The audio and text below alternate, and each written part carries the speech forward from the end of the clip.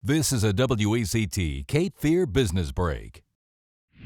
Hello, thanks for tuning in. Today I'm in the studio talking with Rob Burton, Vice President of Crawford Door Systems. Good to see you again, Rob.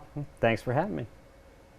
Does the changing of the seasons affect garage doors? Sure it does. As we move into colder temperatures, it does tend to have an effect on the torsion springs that are really picking up and lowering the garage doors. Cold temperatures will snap the springs, which will cause, need for replacement. And how often should a garage door be serviced? A garage door is often overlooked because we use them daily and don't really think about it.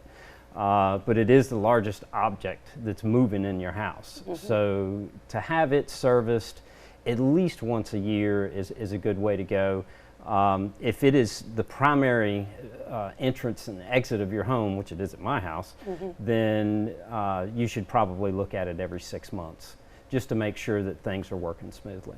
And what does a typical service call entail? A technician is going to go over the door, make sure that all of the moving parts are properly lubricated, and then also check spring tension to make sure that that is correct, and make sure that all the safety systems that are on the garage door openers are working correctly. All right, and it sounds like you're better off having a service technician come out and look at everything instead of doing it yourself. Most definitely. Torsion springs are very dangerous, and if your garage door sounds like a freight train, it's time.